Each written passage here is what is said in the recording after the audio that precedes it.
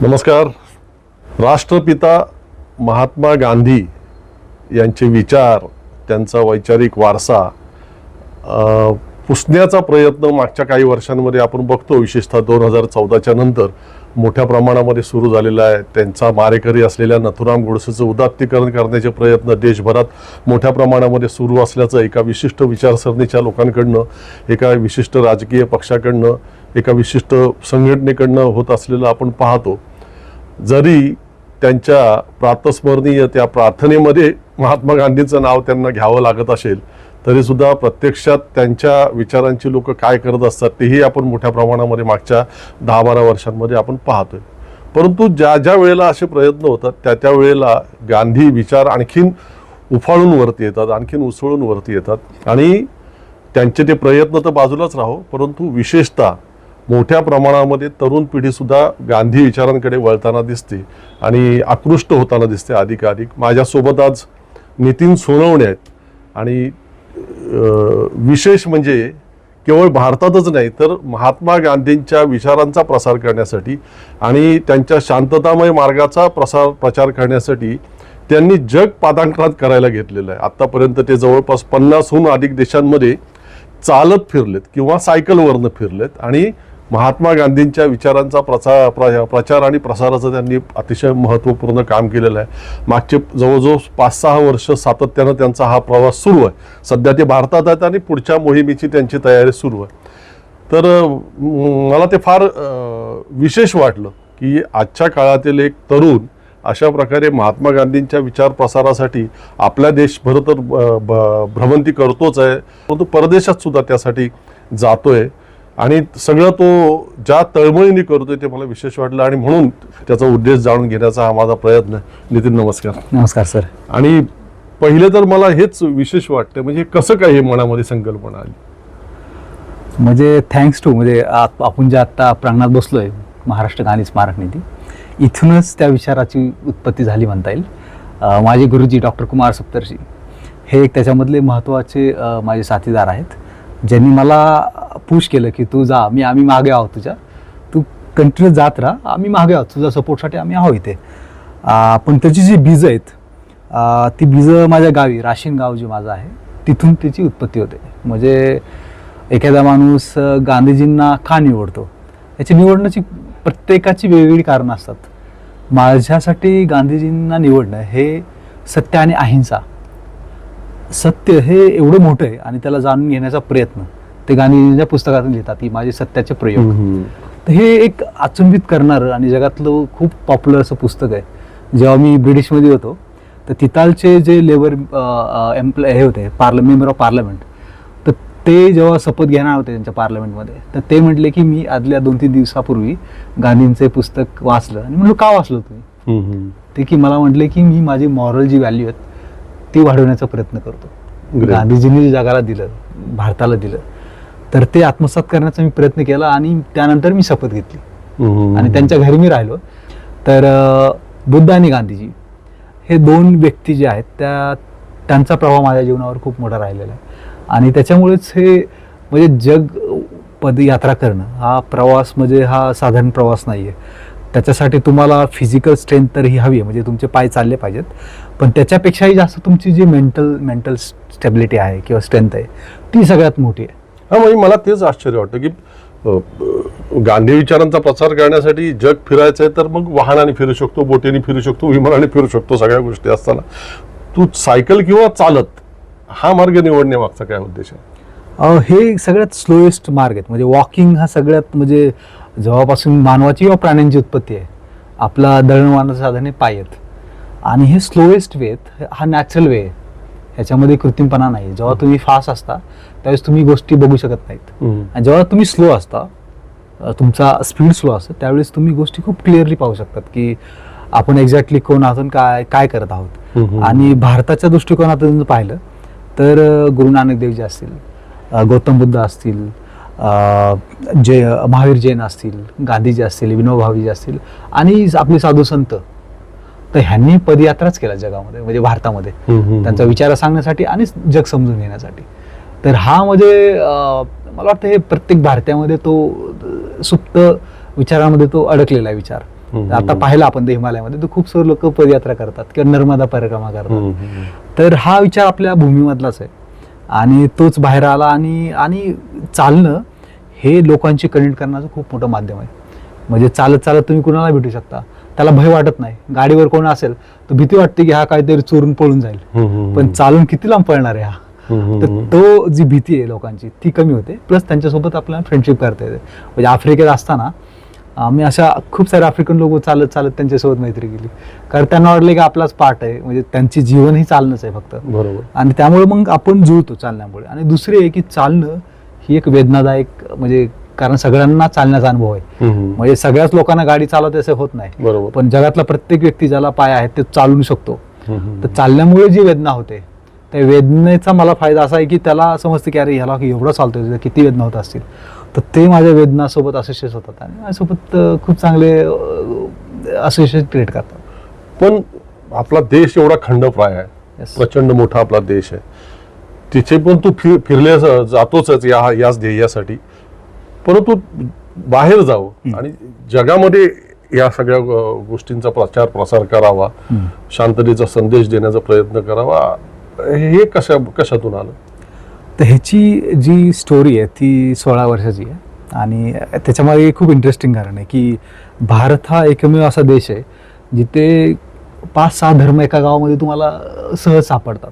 बरोबर. तुम्ही माझ्या गावी आलात, राशीन गावी, तर तुम्हाला चर्च दिसेल तिथे. तिथे बुद्ध टेम्पल आहेत, जैन टेम्पल आहेत, खूप सारे हिंदू टेम्पल आहेत आणि खूप साऱ्या मस्जिद आहेत. तर एका गावामध्ये 5 विविध धर्माचे लोक एकत्र राहतात. आणि म्हणजे एका धर्माचे लोक राहणं हे एकतर आहे, पण हे 5 वेगळे धर्म जे आहेत ते जगाच्या वेगवेगळ्या भागातून आलेले आहेत. म्हणजे ही जगाच्या वेगळ्या ठिकाणी, म्हणजे आता गल्फ असेल, म्हणजे मिडल ईस्ट असेल, तिथून इस्लाम किंवा ख्रिश्चनिटी आली किंवा अमेरिकेतनं ख्रिश्चनिटी आली. तर ही त्या ठिकाणची विचारधारा आहे आणि ती एका गावामध्ये नांदते. हे खूप युनिक आहे. त्यानंतर तुम्ही माझ्या घरी जर आलात तर इंटरेस्टिंग असं होतं की माझे घरची जी बॅकग्राऊंड आहे, मी एक दलित चांभार जातीमध्ये इथे जन्माला आलो. माझ्या जी आजी आहे ती हिंदू, पण ती गुरु नानक देवजींचा एक पंथ आहे, त्याचं नाव धननिरंकार म्हणून आहे. तो सिखशी रिलेटेड. तर त्याची ती साधना करायची. माझे जे वडील आहेत ते वर्षातनं 1 महिना रमदानचा फास्ट करायचे, 1 महिना. आणि आमच्या गावामध्ये, माझ्या घरी सगळ्यात मोठी ईदचं सेलिब्रेशन आमच्या हिंदूच्या घरामध्ये सगळ्यात मोठं सेलिब्रेशन व्हायचं. तिसरी घटना कशी की माझी आई ती एक आजारी पडली आणि एक ख्रिश्चन पादरीने तिला प्रार्थना केली होती यासाठी, आणि मग त्याची साधना ती करायला लागली. तर हिंदू, मुस्लिम, ख्रिश्चन, जैन हे सगळ्यांचे फोटो एका दिवारावर तुम्हाला माझ्या घरी सापडतील. तर ह्याच्यामुळं मला जग हे वेगळं कधी वाटलं नाही. जग, आपण आणि भारत आणि जग हे सगळे मनुष्य म्हणून जन्माला आलो, ही सगळ्यात मोठी आपली गोष्ट आहे. आणि मग पुढे मी इंजिनिअरिंग केली टेलिकॉममध्ये, इलेक्ट्रॉनिक टेलिकॉममध्ये. आणि 6 महिने जॉब करून मग मी सगळं सोडून डॉक्टर कुमार सप्तरी यांची भेट झाली आणि तिथे मग माझा गांधींचा प्रवास झाला. तिथे मला समजलं की अरे इथे पण लोक आहेत त्या भूताला की जे सत्याचा शोध घेत आहेत आत्ताच्या काळामध्ये. मग त्याच्यामध्ये कोण आहेत? गांधीजी सापडले मला, डॉक्टर कुमार सप्तरी सापडले की आपली जात सोडून मानवता एक आहेत, तुम्ही जातीच्या भानगडीतनं बाहेर निघा, समाजाला एकत्र आणा आणि एक भारतीय म्हणून एक विचारधारा तुम्ही आपल्या मनामध्ये मजबूत करा. तर हे मला अरे असे लोक आहेत. मग त्यांच्यासोबत मी 1.5 वर्ष काम केलं. आणि मग असं झालं की 2019मध्ये गांधींची 150वी जयंती होती. तर त्यानिमित्ताने असं ठरलं की गांधींचे विचार आहेत सत्य आणि अहिंसा, हे 2 विचार घेऊन आपण जगामध्ये यात्रा करूयात. तर पहिलं साधन सायकल सापडलं आणि मग असं ठरलं की 75 देशांमध्ये यात्रा करावीत 5 वर्षांसाठी. आणि मग सायकलवर यात्रा निघाली आणि त्याच्या मागं माझ्यासाठी 2च कारण होते, सत्य आणि अहिंसा हे तर आहेच, आणि डॉक्टरांचा आशीर्वाद, सोबत माझे मित्रपरिवार आहेत, तर त्यांनीही मला खूप सपोर्ट केला. पण असा तर अनेक ठिकाणी प्रश्न निघालाच असेल ना की काय, कशासाठी तू हे करतोयस, कशासाठी फिरतोयस तू, तर मग कशा प्रकारचा संवाद असायचा तो? जेव्हा मी यात्रा माझी जी होती तर सायकलवर जेव्हा असायचो आणि वॉक, म्हणजे दोन्हीमध्ये माझ्याकडे बॅनर असायचे, त्याच्यामध्ये खूप मोठा गांधींचा फोटो असायचा आणि सायकलवर फोटो. तर जेव्हा मी कुठे धडकायचो, कुठं गावामध्ये वगैरे पोहोचलो तर लोक पाहायचे गांधींचा फोटो. तर ते जेव्हा पाहायचे गांधींचा फोटो ते त्यांचा 100% माझ्यावर विश्वास असायचा. कारण गांधींचं असोसिएशन ही सत्य, अहिंसा, प्रेम ह्याच्याशी जुळलं गेलं आहे. बरोबर. खूप प्रेमाने माझ्याशी वागायचे. आणि जेव्हा संवाद सुरू व्हायचा, काही ठिकाणी तर भाषा समजली नसायची. माझा सगळा म्हणजे महत्त्वाचा जो संवाद घडला तो अमेरिकेत घडला, कारण इंग्लिश असल्यामुळे. बाकी एशियामध्ये खूपच कठीण होतं. चायना, व्हिएतनाम, कंबोडिया, जपान या सगळ्या देशांमध्ये भाषेचा एवढा. आणि माझा पहिला स्टार्टिंगचा प्रवास होता तो 6 महिन्यांचा. जेव्हा अमेरिकेत पोहोचलो त्यानंतर मला माझे विचार मांडता यायला लागले, कारण इंग्लिशमुळं खूप सोपं झालं माझ्यासाठी.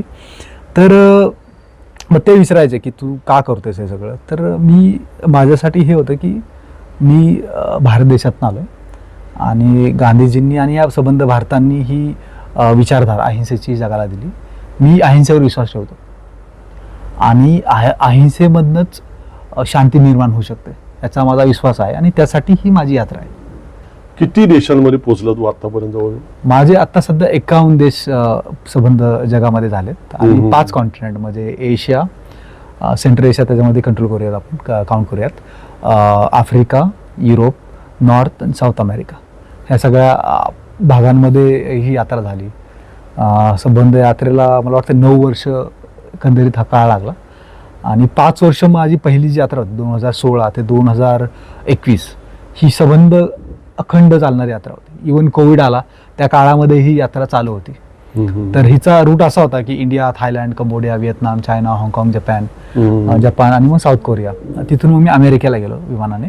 आणि नॉर्थ अमेरिका म्हणजे न्यूयॉर्कपासून ते खाली टेक्सास तिथे सायकलनी यात्रा करून सेंट्रल एशियामध्ये मी म्हणजे Mexico, Guatemala, Honduras, El Salvador, Nicaragua, Costa Rica, Panama, Colombia, Ecuador, Peru. आणि तिथून मग साऊथ आफ्रिकेत मी विमानाने प्रवास केला. आणि मग साऊथ आफ्रिका ते Egypt, South Africa, Zimbabwe, Zambia, Tanzania, Rwanda, Uganda, Kenya, Ethiopia, Sudan, Egypt. आणि तिथून मग UK, Scotland, Northern Ireland, Southern Ireland, Germany, Spain, Portugal. मग जॉर्जियामध्ये आलो तेव्हाच कोविडमध्ये अडकलो. मग तिथे 6 महिने माझे गेले. आणि मग त्यानंतर परत कोविडमध्येच मग टर्की, सर्बिया, मॅकेडोनिया, अल्बानिया, तिथून मग उझबेकिस्तान, किर्गिस्तान, अफगाणिस्तान आणि मग अफगाणिस्तान बॅक टू इंडिया. आणि मग नंतर लगेच 22मध्ये पाकिस्तान आणि पुढे मग आफ्रिका, अमेरिका असे परत काही देशांमध्ये मला वाटलं की ते आता जाण्याची गरज आहे. तर मग मी त्या जसं अमेरिका म्हणजे ट्रम्प येण्यापूर्वी मी तिथे होतो आणि ट्रम्पच्या कालावधीमध्येच माझी पदयात्रा चालली होती. म्हणजे मी साधारण 8 वर्ष संबंध जगामध्ये फिरतोय बिना पैशाचं. आणि जगामध्ये मला कधीही कुठे त्रास झाला नाही. मी जिवंत एक आते आहेत. आणि जगामध्ये असे खूप कमी लोक आहेत की त्यांना हे अनुभवता आलं जग. म्हणजे तुम्ही इमॅजिन करा की आफ्रिकेतल्या छोट्या गावातनं, चायनातल्या छोट्या गावातनं तुम्ही फिरताय, ज्या लोकांचा तुमचा कधी संपर्क होणार नाही त्या लोकांशी तुम्ही भेटताय आणि ह्या ब्रह्मांडाच्या खाली तुम्ही चालताय. म्हणजे तुमचं डायरेक्ट कनेक्शन ज्या युनिव्हर्ससोबत आहे. तर असे अनुभव त्या बिल गेटला सुद्धा भेटू शकणार नाहीत. तर असं हे जग मी जगलोय, जीवन जगलेलं आहे. नाही, हे तू सांगतोस हे म्हणजे ऐकायला सोपं वाटत असलं आम्हाला तरी ते प्रत्यक्षात काही तितकं सोपं नसेल. हे कसं काय मॅनेज केलं? म्हणजे ह्याच्यामध्ये मॅनेज करण्यासारखं मला वाटलं नाही जास्त काय. हे होत राहतं. म्हणजे तुम्ही रोडवर चलत राहायला, लोक भेटत राहतात, तुमचं पोट भरत राहतं. आणि स्कूल कॉलेजमध्ये लोक तुम्हाला इन्व्हाइट करतात. म्हणजे कधी पुश केलं नाही. जिथे त्याचे मीडिया माझ्यासोबत यायचे. म्हणजे अल्बेनियामध्ये असताना माझ्याकडे फक्त $10 खिशात शिल्लक होते आणि माझा साधारण एक 15-16 दिवसांचा प्रवास होता तो. तर मी सुरुवात केली पहिले 12-16 दिवस. आणि जेव्हा मी माझ्या डेस्टिनेशनला पोहोचलो 1 दिवस आधी, तिथालच्या नॅशनल टेलिव्हिजनने इंटरव्ह्यू घेतला माझा. सतत 3-4 वेळेस परत घेतले. तर मग एवढं पॉप्युलर झालं की मग लोक त्यांच्या घरी बोलवणं, इकडे बोलवणं, मग काय अडचण नाही झाली. पण मग असं असतं की तुम्हाला काही ओळखत नाही, पण त्यावेळच्या काळामध्ये तुम्ही चालत राहा. म्हणजे एका देशामध्ये एवढे पॉप्युलर राहता, दुसऱ्या देशात पाऊल टाकले तुम्हाला कोण ओळखत नाही. तिकडे तुम्ही परत रस्त्याच्या किनारे टेंट टाकून जाता आणि दुसऱ्या दिवशी परत तुम्ही ताजमहल, त्यांचा जो बेस्ट असेल तिथल्या जागा, तिथे राहता.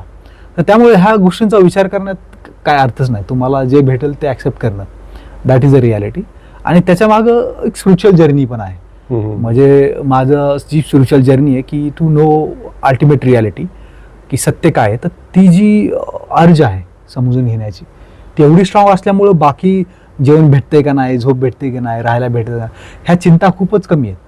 आणि त्या चिंता येतात जेव्हा आपलं मेंटल स्टेट आहे, म्हणजे आपलं जो अवेअरनेस आहे आपल्या बॉडीचा आणि आपल्या माइंडचा, तो जर कमी असेल तेव्हा त्या चिंता तुमच्यावर ओव्हरकम करतात.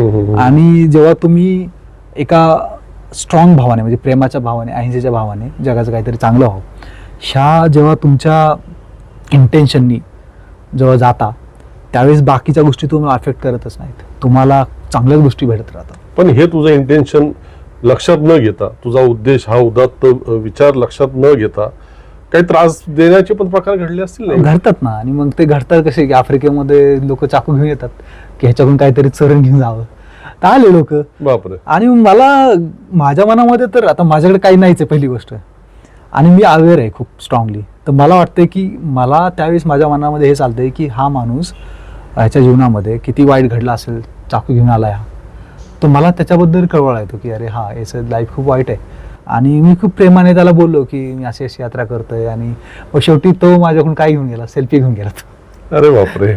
काही इथिओपियामध्ये लहान मुलं माझ्या अंगावर स्टोन मारतायत, पैसे मागतात, माझ्याकडे पैसे नाही, काय देऊ त्यांना, आणि मला भाषा पण येत नाही की त्यांना समजून सांगण्याची. आणि मी चालतोय आणि मला माइंडली असंही वाटत नाही की त्यांना विरोध करावा, कारण मी एवढा अहिंसक बनून गेलोय की मला त्यांच्याबद्दल खूप करुणा वाटते त्या लहान मुलाबद्दल. आणि मी चालतोय, दगडे येतात इथून, काही लागतात बॅगवर, आणि अचानक एक मनुष्य तिथे प्रकटला आणि त्यांनी त्या मुलांना थांबवलं की अरे तुम्ही काय करताय असं. तर असे प्रसंग खूप घडले.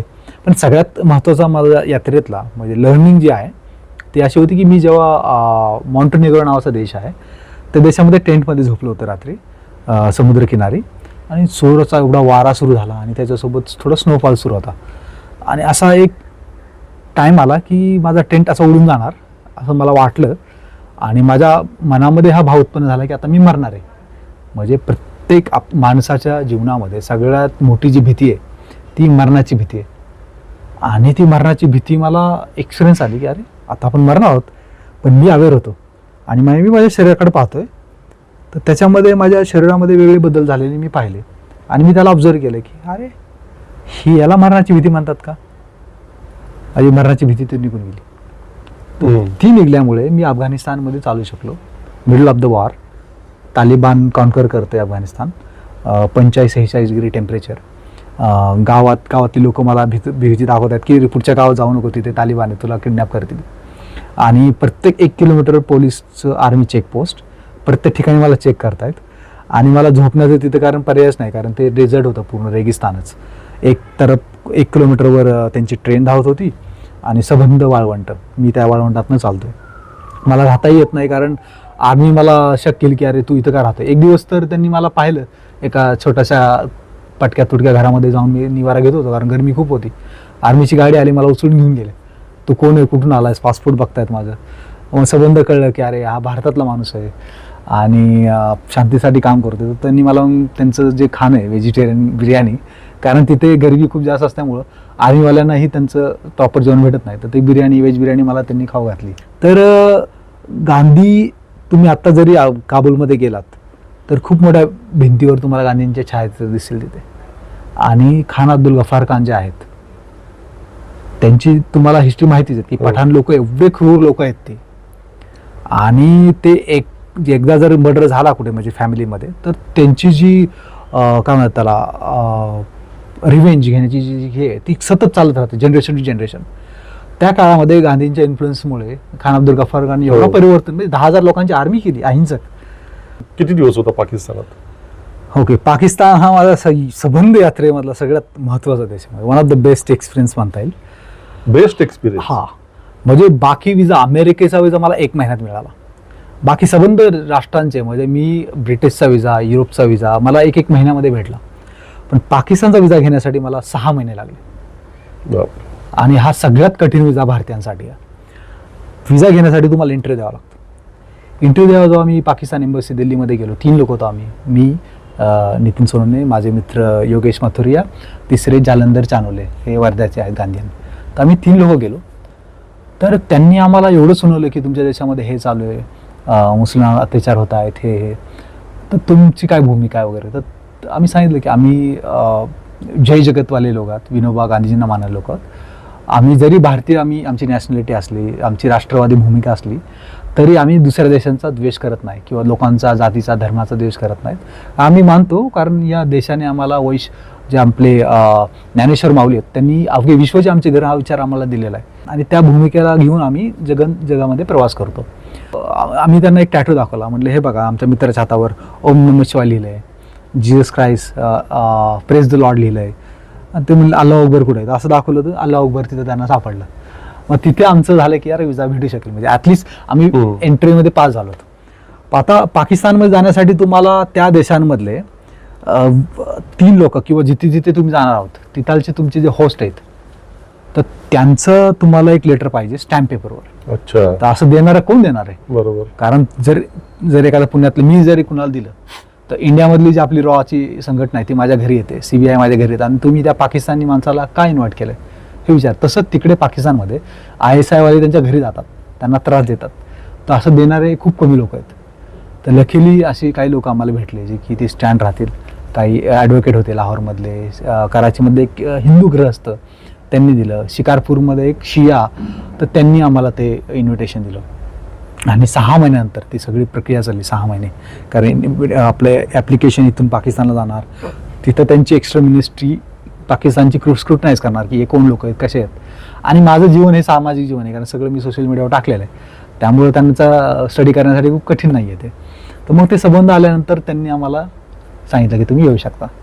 आणि मग आम्ही जुलैमध्ये पाकिस्तानमध्ये वाघा बॉर्डर थ्रू एंट्री केली. आणि 14 ऑगस्ट पाकिस्तानमध्ये पाकिस्तानचा इंडिपेंडन्स डे सेलिब्रेट केला आणि भारतामध्ये 15 ऑगस्ट सेलिब्रेट केला. 24 दिवस आम्ही पाकिस्तानमध्ये होतो. एकही दिवस असं वाटलं नाही की आपल्याला कोण मारेल. एवढं प्रेम मला आत्तापर्यंत माझ्या यात्रेमध्ये कुठेहीच भेटलं नाही. अरे बापरे, हे म्हणजे आश्चर्यकारक आहे. आश्चर्य म्हणजे मी रिक्षामध्ये आलो ना, रिक्षावाले पैसे घेत नाहीत माझ्याकडून. कुठे सीट होममध्ये गेलं तर ते लोक माझ्याकडून पैसेच मागणार. अरे तुम्ही भारतात ना आला, मेहमान हो आपके, हमारे मेहमान हो. आमचा फोटो घेत आहेत, व्हिडिओ बनवत आहेत. ट्रेनमध्ये प्रवास केला तर मी लाहोरमधून असं आपले अमृतसरहून पेढे घेऊन गेलो आणि काही मित्रांना तर दिले आधी. आणि मग तिथे गेलो, अरे म्हणलं खूप सारे वाचलेत तर देऊन टाकूयात. तर मग लाहोरचे जे एकदम 1950 पूर्वीचं ते ट्रेन स्टेशन तसंच आहे त्यांचं. तर सगळे असे बसलेत लोक आजूबाजूला, असे आपल्या स्टेशनवर कोणी स्टेशनवर बसतात. तर मी पेढे घेतले, प्रत्येकाला देतोय की माझं नाव नितीन आहे, मी भारतातनं आलोय आणि तुम्हाला अमृतसरहून पेढे घेऊन आलोय. तसे पेढे वाटते सगळ्यांना. आणि एवढे सारे मित्र बनलेत, फक्त एका माणसाने पेढे घेतला नाही, बाकी संबंध एक 50-60 लोकांनी पेढे घेतले. आणि मग एवढे मित्र झाले ट्रेनमध्ये की आम्हाला इकडे घेऊन दाखवत आहेत, ट्रेन दाखवत आहेत. त्यांनी आम्हाला एवढा खजूर 10 प्रकारच्या खजूर घेऊन आले, म्हणजे हे वेगळी खजूर.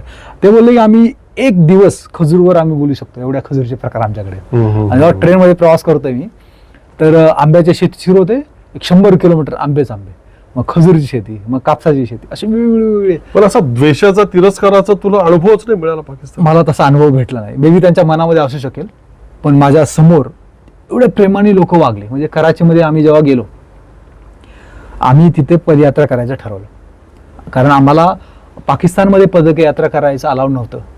तर आमचा विजा हा शहरांसाठी होता, 3 शहरांसाठी, लाहोर, कराची, शिकारपूर. तर त्या शहरामध्ये आम्ही पोलिसांची परमिशन घेतली की आम्हाला पदयात्रा करायची. तर लकीली आमचा जो होस्ट होता, हिंदू होस्ट, त्यांनी ती परवानगी घेतली. आणि कराचीमध्ये आम्ही 3 लोक डफली घेऊन एक बॅनर बनवला, इंडिया पाकिस्तान फ्रेंडशिप वॉक, आणि 50 पाकिस्तानी लोक सोबत. आणि तिथलची त्यांची आर्मी, पोलीस, ISI आम्हाला प्रोटेक्शन देण्यासाठी. आणि असं वाजवत जय जगत पुकार, ज्यामध्ये विश्वाची शांतीसाठी आम्ही गाणं गावतोय, जय जगत जे, आणि ते आमच्यासोबत गाणं गात आहेत. आणि असं त्यांच्या प्रेस क्लबमध्ये गेलो, त्यांचे सगळे नॅशनल मीडियावाले, टेलिव्हिजनवाले आम्हाला भेटायला आले. आणि आम्ही पाकिस्तानमध्ये सगळं पोहोचलो. आणि मग इंटरव्ह्यू चालू आहेत. रोज रात्री 2-2, 3-3 पर्यंत आम्हाला लोक होस्ट करतायत. Classical Indian music, Kathak dance, Bollywood music, रात्रभर आमचे प्रोग्राम चालत आहेत. मेडिकलवाले जे आहेत असोसिएशन, सिव्हिल सोसायटी, आपले रोटरी क्लब्स, हे सगळे आमचे वेगवेगळे प्रोग्राम. कृत्रिमरित्या तर असं इतकं प्रेम दाखवू शकत नाही, दाखवू शकत. इतकं नाटक कोण करू शकत नाही, नाहीच करू शकत. आणि कराची जे शहर आहे हे सगळे मायग्रंट आहेत इंडियाचे. जेव्हा डिवाइड झाला देश, तर ह्यांना भारताप्रती एवढं प्रेम आहे की, कारण त्यांचे पूर्वज जे आहेत ते ह्या भारतभूमीमध्ये गाडले गेलेत. बरोबर. आणि त्यांना इच्छा आहे की यार कधीतरी आम्ही भारतामध्ये जावं, आमच्या बापदाच्या समाध्या पाहाव्यात, मुंबईमध्ये वडापाव खावा, दिल्लीमध्ये आग्र्यामध्ये जाऊन ताजमहल पाहावा. तर ह्या सगळ्यांची इच्छा आहे खूप साऱ्या लोकांची. तर सामान्य लोकांमध्ये जे आहेत पाकिस्तानचे, त्यांच्यामध्ये तो तेवढा देशभाव नाहीये. जो द्वेष जो आहे तुम्हाला दिसेल तो काही पॉलिटिकल आणि काही विचारधारेच्या लोकांमध्ये तो आहे. बाकी सामान्य लोकांमध्ये तर काही घेणे देणे, त्यांना त्यांचं लहान मुलांना जगवणे, शाळेत घालणे, त्यांची लग्न करणे, आपण जे भारतामध्ये करतो ती त्यांची लाईफस्टाईल आहे. ते थोडी दिवसभर हिंदुस्थान असे नारे देत बसतात. त्यांची लाईफस्टाईल, त्यांची स्ट्रगल ती आहे सगळी. मग ह्या काळामध्ये मग पॉलिटिकल त्यांना भडकवतात. बाकी ह्या सगळं पॉलिटिक्स आणि त्यांची जी आर्मी आहे त्यांचा प्रॉब्लेम आहे. म्हणजे आर्मी इन्सिक्युरिटी कारण आर्मीचे लोक तिकडे मोठे मोठे किराणाची दुकानं चालवतात. हो बरोबर. ते तर त्यांची दुकानं चालवण्यासाठी हे सगळं खेळ आहे. त्यांचं ते लष्करी भ्रष्टाचार हा वेगळाच अध्याय आहे. तर भारताचा देश नाही केला तर मग लष्कराचं एक्झिस्टन्स राहत नाही ना. आता 51 देश जवळजवळ झाले. आता कॅनडा वगैरे तू करून आलास आणि आता पुढच्या मोहिमेची पण तुझ्या मनामध्ये जुळणी चालू असेल. हे इतकं भ्रमंती झाल्यानंतर जगाची तुला स्वतःला काय मिळालं, तुला स्वतःला मध्ये काय प्राप्ती झाली आणि तुला जगाला काय देता आलं, म्हणजे असं काय काय सांगशील या सगळ्याविषयी? सगळ्यात मोठी माझी जी लर्निंग एक्सपिरियन्स आहे तो आहे की मानवता ह्या संबंध जगामध्ये आहे. पाकिस्तानमध्ये, अफगाणिस्तानमध्ये वॉरमध्ये असतानाही लोकांनी मदत केली मला. चायनामध्ये, जपानमध्ये, युरोपमध्ये, जगातल्या कोणत्या, आफ्रिकेत सुद्धा. आफ्रिका वाटतं आपल्याला, पण सगळ्यात जास्त मला वेलकम आफ्रिकेमध्ये भेटलं. मला गरजच पडली नाही कुणाला सांगायचं की यार मी यात्रेमध्ये 5 घरं जायचो आणि विचारायचो तुमच्या घरासमोर मी टेंट टाकून राहू शकतो का. तर आफ्रिकेमध्ये लोक स्वतः मला घेऊन जायचे त्यांच्या घरी. तर असं आफ्रिका. तर मानवता ही जगामध्ये आहे आणि तिचा विश्वास ठेवणं हे खूप महत्त्वाची पहिली गोष्ट आहे शांततेसाठी. त्यानंतर मला काय देता आलं तर मला जगातल्या लाखो विद्यार्थ्यांशी मला कनेक्ट करता आलं या यात्रेमध्ये. माझा हा फोकस हायस्कूल आणि स्कूलमध्ये जास्त होता. तर त्या लोकांना मला इन्स्पायर करता आलं की करण्याचा प्रयत्न. मला तुला तेच शेवटी विचारायचंय की तू जगभरात फिरला आणि हे तुला बऱ्यापैकी बहुतांश चांगलेच अनुभव आले, मानवतेचे दर्शन घडवणारे वगैरे. ज्या देशातून तू गेलास त्या आपल्या भारत देशात मात्र मागच्या काही वर्षांमध्ये प्रचंड धर्मांधतेचा प्रसार, जातीयतेचा प्रसार, एका ठराविक समाज घटकाला पूर्णपणे दुश्मनच मानणं देशाचं, ते इथे देशात नाहीच, अशा प्रकारची भावना प्रबळ करणं.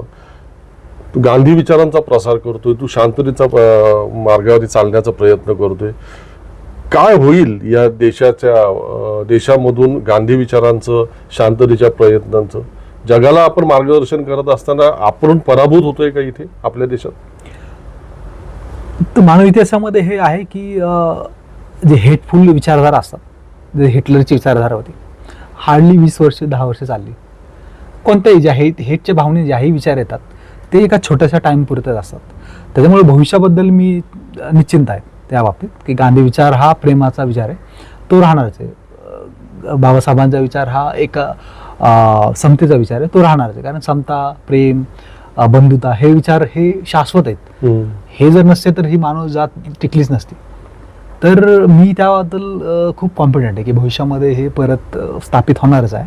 तुझा आशावाद तर प्रबळ आहे. ही तुझी जी काही मोहीम मागच्या 7-8 वर्षापासून चालू आहे ही पुढे अशीच कंटिन्यू करणार तू? मी आता 3 ह्याच्यामध्ये मी डिवाइड केले माझ्या पुढच्या काळासाठी. तर पहिला आहे की रचनात्मक. गांधीजी सांगतात की रचनात्मक काम हे खूप महत्त्वाचं आहे. तर मला भारतामध्ये ज्या समस्या जाणवतात की महिला एक आहे, दुसरा आहे की एम्प्लॉयमेंट आणि तिसरा आहे की इन्व्हायरमेंट. तर ह्याच्यावर तिन्ही एका ह्याच्यामध्ये कसं करता येईल, सोबत आपलं जीवनामध्ये आपल्याला ज्या गरजा लागतात त्याही मिळल्या पाहिजेत. तर ह्या 4 गोष्टी एकत्र कशा आणता येईल. तर गांधीजींचा जो 1920 नंतर जो होता की स्वावलंबी बनण्यासाठी की खादीचा प्रचार करणं, तर मला वाटलं की खादी ही one of the best solution याच्यावर आहे. आणि मग आपण काय केलं पाहिजे तर मग ऑर्गॅनिक कॉटन जो की निसर्गाला चांगला आहे, सस्टेनेबल आहे, नॅचरल डाय जे की नॉन टॉक्सिक आहे, आणि खादी जे की लाखो लोकांचे रोजगार निर्माण करू शकते. सध्या खादीवर काम करतोय वर्ध्यामध्ये. तर नन्हम नावाचं एक लहान मुलांसाठी कपडे आपण बनवतो फक्त स्पेशली. कारण त्यांची स्किन ही खूप सॉफ्ट असते. लहान मुलांची जी स्किन आहे ही 30% अडल्ट्सपेक्षा सेन्सिटिव्ह असते. तर आपण जेही कपडे घालतो त्याचे जे टॉक्सिक आहेत म्हणजे केमिकल्स डायज आहेत किंवा कॉटनमधले जे टॉक्सिसिटी आहे ते आपल्या डायरेक्ट स्किनमध्ये, रक्तांमध्ये जाते. आणि लहान मुलांची जी ग्रोथ आहे, यकृत, हृदय हे सगळे लहान ग्रो होत असतात. तर त्यावेळेस ते परिणाम करू शकतात त्याच्या वाढीला. तर त्यासाठी आपण लहान मुलांसाठीच फक्त बनवतो आहे. दुसरा माझा यात जो फोकस आहे तो आर्टिफिशियल इंटेलिजन्स आहे.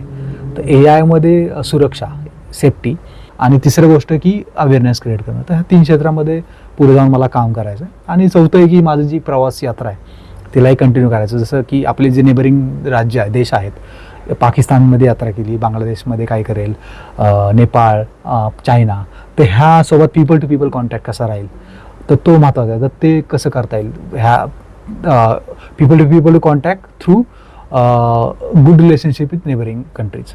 तर हा एक तिसरा भाग या भविष्यामध्ये असेल माझा. ग्रेट आहे.